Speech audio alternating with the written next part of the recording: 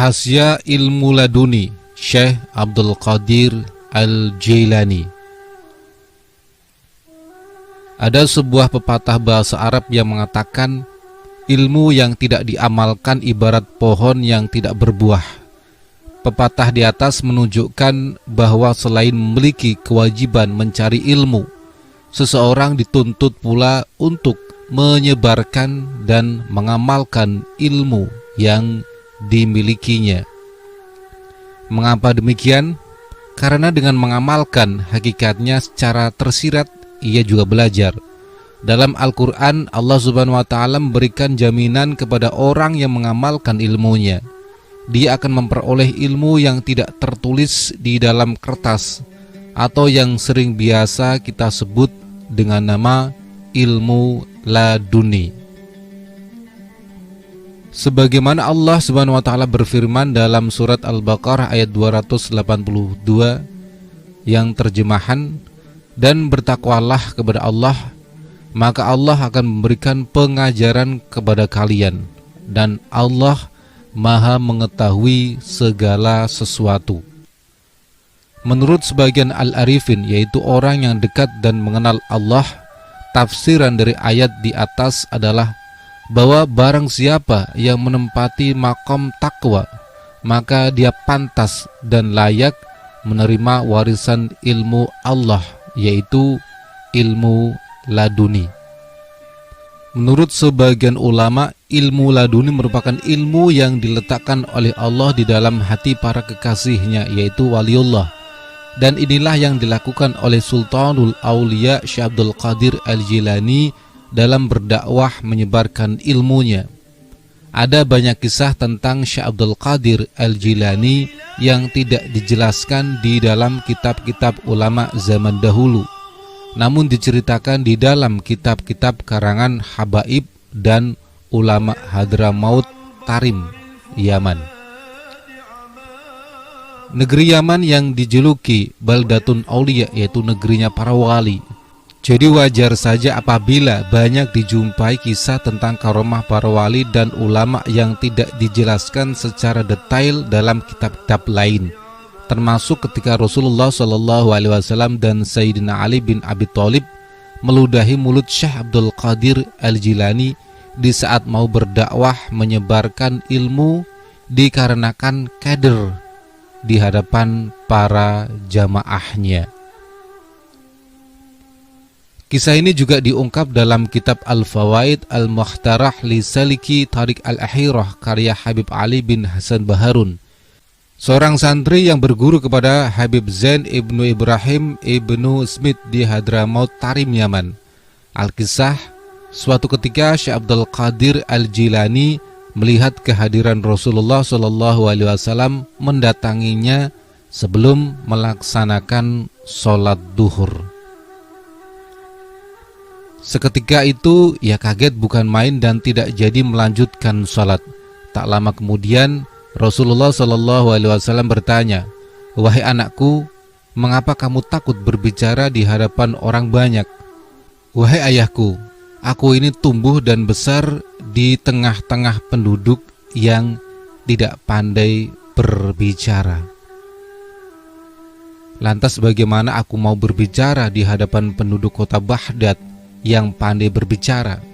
Ditambah lagi ulamanya banyak yang alim," jawab Syekh Abdul Qadir dengan rasa malu.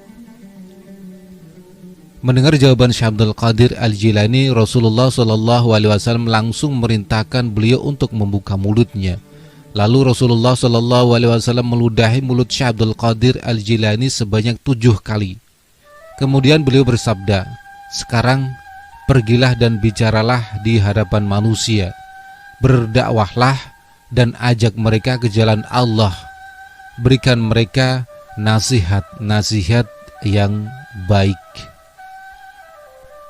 Begitulah kasih sayang Rasulullah SAW terhadap Syekh Abdul Qadir Al-Jailani. Sebagai keturunannya, Rasulullah terus-menerus membimbingnya dalam berdakwah, menyebarkan ilmu kepada seluruh manusia. Setelah kejadian tersebut, Syekh Abdul Qadir Al-Jailani melaksanakan sholat duhur dan duduk sambil memikirkan bagaimana caranya untuk berdakwah di hadapan penduduk kota Baghdad yang memiliki banyak ulama sangat alim. Mengingat dirinya bukanlah orang yang pandai berbicara. Selang beberapa saat, penduduk kota Baghdad berbondong-bondong mendatangi Syekh Abdul Qadir Al-Jilani di dalam masjid. Mereka meminta Syekh Abdul Qadir Al-Jilani untuk memberikan pengajian kepada mereka. Sontak saja beliau bingung apa yang harus disampaikan kepada mereka.